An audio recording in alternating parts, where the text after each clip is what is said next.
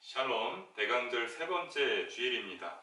놀라우신 하나님, 우리를 구원하시기 위해 오신 예수님을 기대하며 그 옛날 희망이 보이지 않던 그 시대를 살던 약속된 메시아를 간절히 기다렸던 옛사람들을 떠올립니다. 성경을 읽어보면 믿음의 사람들은 항상 하나님께서 완전한 평화를 이루실 때를 꿈꿔왔습니다. 똑같지는 않지만 지금을 살아가는 우리들의 모습도 한번 생각해보면 좋겠죠. 종류도 그 정도도 여러 면에서 차이는 있겠지만 모두 불확실성의 시대를 살고 있다는 그런 공통점이 있습니다. 근데 그런 공통점에도 불구하고 우리 시대를 사는 사람들은 종종 하나님의 평화가 완전히 이루어질 것이라는 것은 그저 꿈에 불과하다라고 느끼고 사는 것 같습니다. 세상은 더 복잡해졌고 상황은 그 옛날과는 비교가 안 될 정도로 더 얽히고 설켜 있습니다. 이런 복잡한 때에 과연 완전한 평화가 가능이나 할까? 하지만 놀라우신 하나님, 스스로 인간이 되셔서 인간의 역사 속에, 그 공간 속에 그 처지를 함께 나누신 그 분을 생각한다면 우리가 가늠할 수 없는 마음과 사랑을 가지신 분임을 우리가 깨닫기만 한다면 조금은 생각이 달라지지 않을까요? 주님의 오심, 그 놀라운 사건은 바로 우리가 생각지도 못했던 깨달음을 주는 그런 사건입니다. 우리가 성경을 통해 보게 되는 그 평화로운 하나님 나라의 비전은 사실 삶의 고난, 정확히 그 한가운데에서 하나님을 향한 믿음과 신뢰를 확증하는 것입니다. 바로 우리 하나님의 선하심, 그리고 우리에게 용기와 희망을 주시는 그런 근원이심을 확증하는 것입니다. 이것이 바로 우리 그리스도인들의 신앙, 믿음의 역설입니다. 하나님의 약속은 항상 나약해 보이고 우리가 처한 현실과는 전혀 어울리지 않아 보인다는 것입니다. 하지만 아무도 예상하거나 기대하지 못한 하나님의 방법을 통해 그 약속을 이루시죠. 이것이 바로 이 대강절을 지내는 우리가 누릴 놀라움이지 않을까. 불확실함 속에서 불안과 두려움을 넘어서 전혀 예상하지 못한, 기대하지 못한 놀라움을 우리에게 주시는 하나님의 마음, 그 사랑.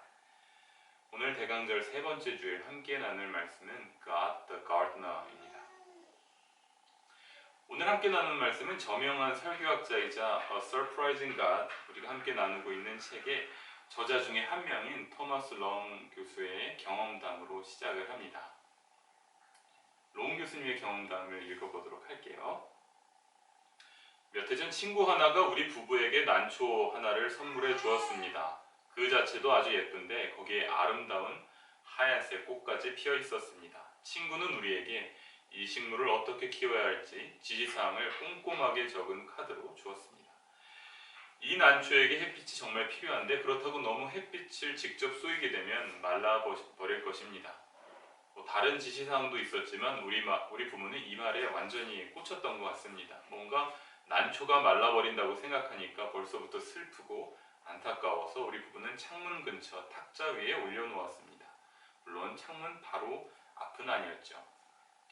그런데 3주쯤 지났을 때 큰일이 벌어지고 말았습니다. 어느새 꽃이 떨어지고 난초 이파리들마저도 아직 줄기에 붙어있긴 하지만 매우 쪼글쪼글해지고 색도 갈색이 되었습니다. 그리고 줄기도 거의 꺾이기 직전이었죠. 왜 그랬을까? 사실은 우리 부부 모두 물을 제대로 주지 않았기 때문입니다. 아내는 내가 난초에 물을 주는 줄 알았던 것입니다. 결국 우리 부부의 이런 오해 때문에 이 불쌍한 난초가 희생당하고 만 것이지요. 다음에는 더 잘할 수 있겠죠. 이건 이미 망가져 버렸으니 그냥 버립시다. 이렇게 아내에게 말했습니다. 가드닝에 대한 이 탐롱 교수님의 경험담은 조금 이따 더 이어지도록 하겠습니다. 오늘 누가복음 3장을 보면 세례 요한의 사역도 마치 이런 가드닝처럼 보입니다. 세례 요한의 사역이라기보다 세례 요한이 전했던 그런 메시지가 가야죠. 요단강변에 나타난 요한의 눈에 그 눈앞에 사람들이 마치 목이 뻣뻣하고 말라버린 것 같은 그런 사람들이 눈에 띄었습니다. 요한은 그들에게 아주 살벌하게 인사를 합니다. 독사의 자식들아, 누가 너희에게 닥쳐올 진노를 피하라고 알려주더냐. 이 요한이 전하는 하나님은 가드닝을 하시면서 혹시 만약에 그들의 삶에서 어떤 열매를 맺을 만한 징조가 보이지 않는다면 당장이라도 그것을 버릴 준비가 되어 있는 분이었습니다. 요한은 우레아같이 외칩니다. 바로 지금도 도끼를 이미 나무 뿌리에 갖다 놓으셨다. 그러므로 좋은 열매를 맺지 않는 나무는 다 찍어서 불 속에 던지신다. 이렇게 말씀을 전했죠. 우리가 지난 금요일에 나눴던 묵상을 생각나는데요. 이 세례 요한의 바람, 기대, 소망은 아마도 오랜 세월 억압당하며 고통당한 이스라엘 사람들의 마음을 대변하는 것이었겠죠.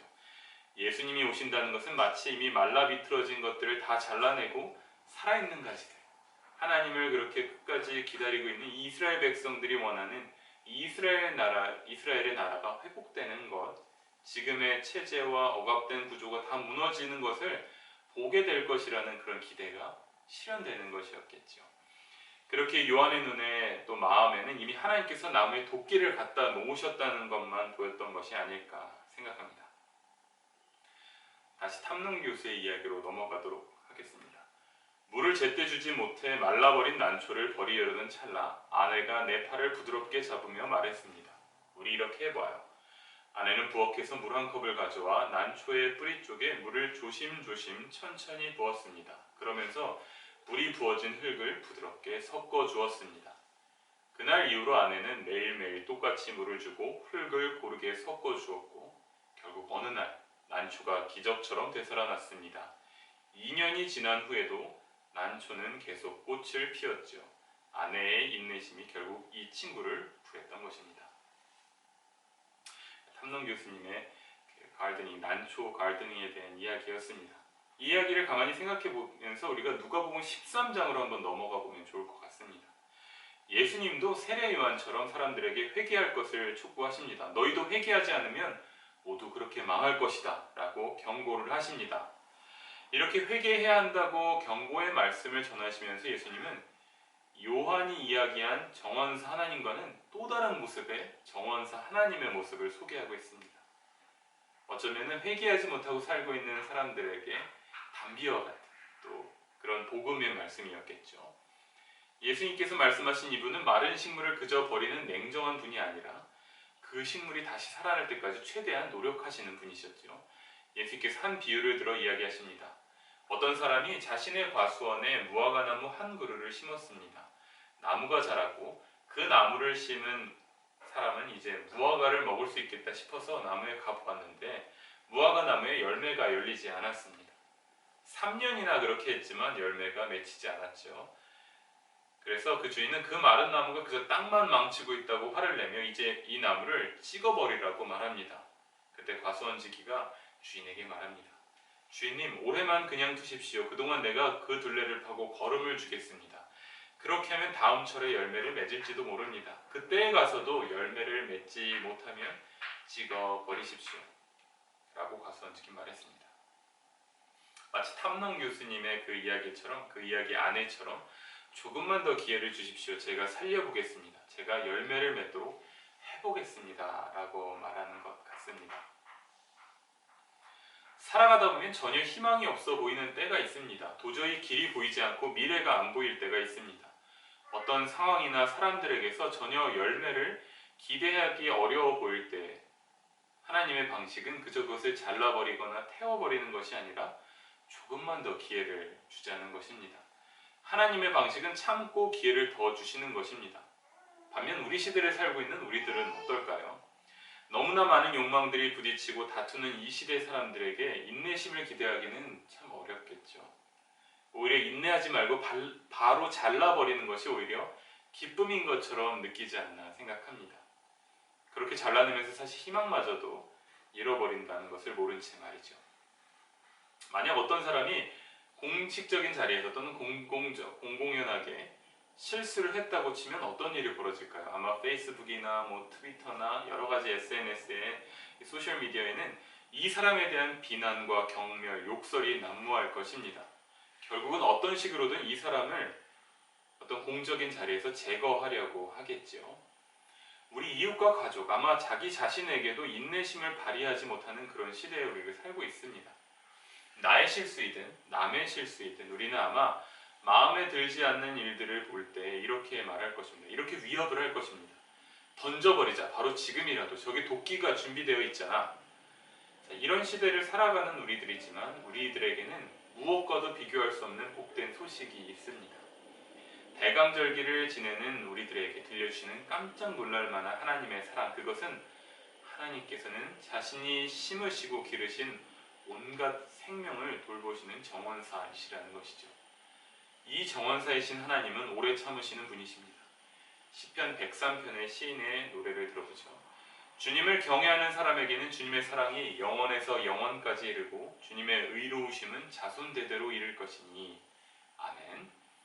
우리가 살아가면서 만나게 되는 여러 굴곡이 있죠. 꽃이 폈다가 지기도 하고 나뭇잎이 푸르름을 잃어갈 때, 또 내 영혼마저도 축 처지는 그런 때가 있습니다. 이럴 때 우리는 하나님이 우리의 정원사이심에 위로를 받을 수 있어야 합니다.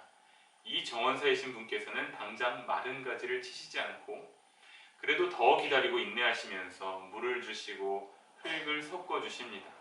다시 살아나도록 정성껏 돌봐주십니다. 이 하나님의 사랑, 하나님의 돌보심을 우리가 기억해야겠죠.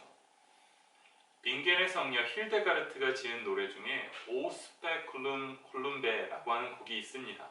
이 노래는 사실 사도 요한을 기리는 응답송가입니다.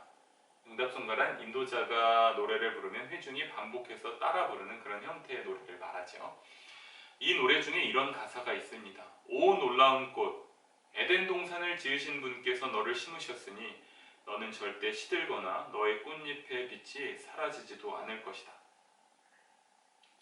정원사이신 하나님, 우리의 복된 소식이 되시는 이 분의 사랑, 오래 참으심이 잘 드러나는 그런 찬양이 아닐까 생각합니다.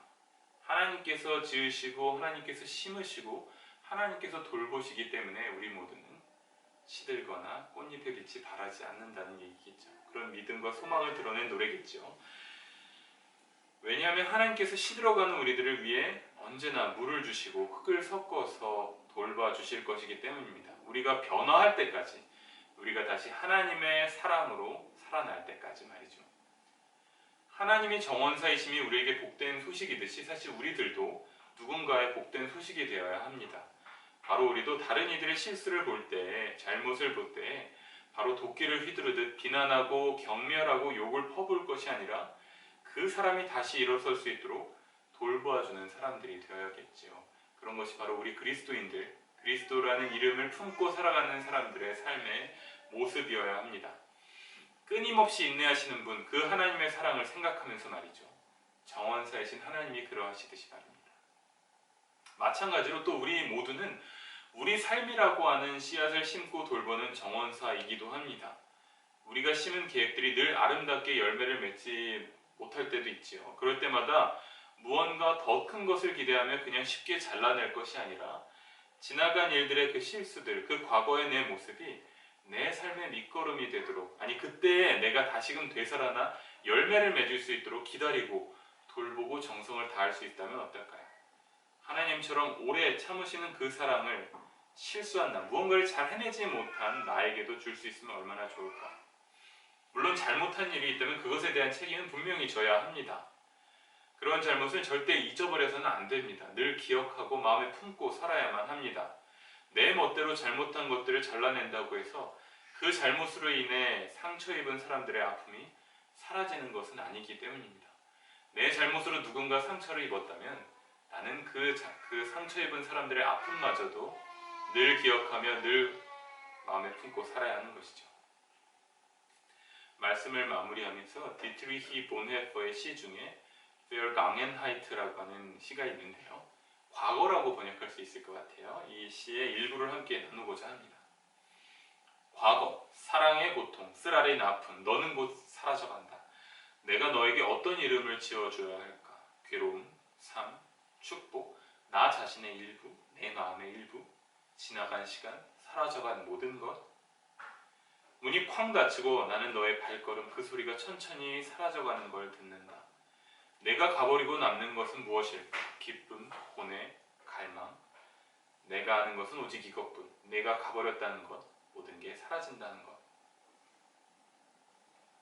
3. 너는 나에게 무엇을 했느냐? 왜 내게 왔느냐? 또 왜 사라져버렸느냐? 시간이 지나고 내가 나에게서 달아났다. 너는 여전히 나의 과거, 나의 것이 아닐까? 과거, 나는 또 너를 잃을 것이냐? 내가 헛되이 너를 찾을 것이냐? 내가 사랑하는 나의 과거의 날들이여. 나는 내 손을 뻗어 기도를 드린다. 그러자 나는 뭔가 새로운 걸 깨닫게 된다. 지나간 것, 과거라는 것은 다시 돌아오게 될 것임을. 감사를 통해, 회개를 통해 우리 삶의 가장 깊은 중압감에도 지나간 것이 다시 돌아오게 된다는 것. 우리의 지난 날을 용서하시는 하나님을 붙들고 나는 오늘도 기도한다. 하나님께서 이 날에도 또 마지막 날에도 나를 돌보아 주실 것을. 이 시의 보네포의 말 하나가 기억에 남는 것이, 눈을 확 잡는 것이 있습니다. Alles ist vergangen. 모든 것은 지나간다. 모든 것은 사라진다. 이렇게 번역할 수 있을 것 같은데요. 시간이 지나 모든 과거를 다 잃게 된다는 그런 말처럼 들리지만 다시 생각해보면 모든 것은 지나가고 그 지나간 것이 사실은 다시 되돌아올 수도 있다는 희망이 남아 있습니다. 과거, 지나간 것은 완전히 사라져버리는 것이 아니라 우리가 감사하며 또 회개를 하며 그것을 기억해낼 때 다시 회복해낼 수 있는 것이죠. 보네포가 노래하는 이런 회복은 오직 과거에 하나님께서 보여주신 그 용서와 온유하심을 붙잡아야만, 그리고 매일매일 기도하며 하나님의 보호하심을 기대하고 믿어야 가능한 것입니다. 기독교 인류학자인 올리버 오도노바는 이 시를 생각하면서 이렇게 정리를 합니다. 어떻게 우리는 우리가 살아있는 이 삶이 우리의 삶이라고 말할 수 있을까요? 우리는 오직 우리의 과거를 하나님의 눈으로 판단할 수 있을 때, 우리가 행한 일들, 우리가 겪은 고통들을 우리의 감사할 만한 것, 또는 우리가 회개해야 할 것으로 이해할 수 있을 때 비로소 우리 삶의 유한성을 이해할 수 있습니다. 결국 하나님의 은혜를 깨달아야 합니다. 우리 유한성을 이해할 수 있다는 것이죠. 정원사이신 하나님의 그 사랑 은혜를 생각하면서 우리 삶을 돌아보는 한 주가 되면 좋겠습니다. 그리고 우리의 삶뿐만이 아니라 우리 주변에 있는 사람들의 삶도 돌볼 수 있는 우리가 되면 좋겠습니다. 다 같이 기도하겠습니다. 우리를 사랑하셔서 오래 참으시고 우리가 다시 살아나도록 정성껏 돌봐주시는 하나님, 자비로우신 주님, 우리에게도 인내를 가르치소서. 예수 그리스도를 통해 우리에게 허락하신 그 사랑의 삶을 우리도 살게 하소서. 온유하게 돌보아주며 생명을 주는 그런 사람이 되게 하소서. 그리고 나 자신의 삶 또한 주님의 사랑 안에 있음을 깨닫게 하소서. 내가 잘못한 일들 분명히 회개하게 하소서. 용서를 구하게 하소서. 마른 가지를 잘라내듯이 잊어버리지 않게 하소서. 누군가 나의 행동으로 상처를 받았다면 그 잘못된 기억을 꼭 마음에 품고 다시는 그런 일을 하지 않도록 노력하게 하소서. 내 삶에 아름다운 시절이 있었다면 그 시절을 기억하면서 감사하게 하소서. 지나간 일들은 사라지는 것이 아니라 지나간 것, 그리고 다시 돌아올 수 있음을 희망하며 살아가게 하소서. 나의 부족함이 보인다면 그것을 잘라내는 것이 아니라 그 부족함이 언젠가 자라나 아름다운 꽃을 피우고 열매를 맺을 수 있을 때까지 물을 주고 흙을 고르게 섞어주며 정성껏 돌보게 하소서. 온 세상을 창조하시고 가꾸시는 정원사이신 당신의 닮은 모습대로 살게 하소서. 예수님의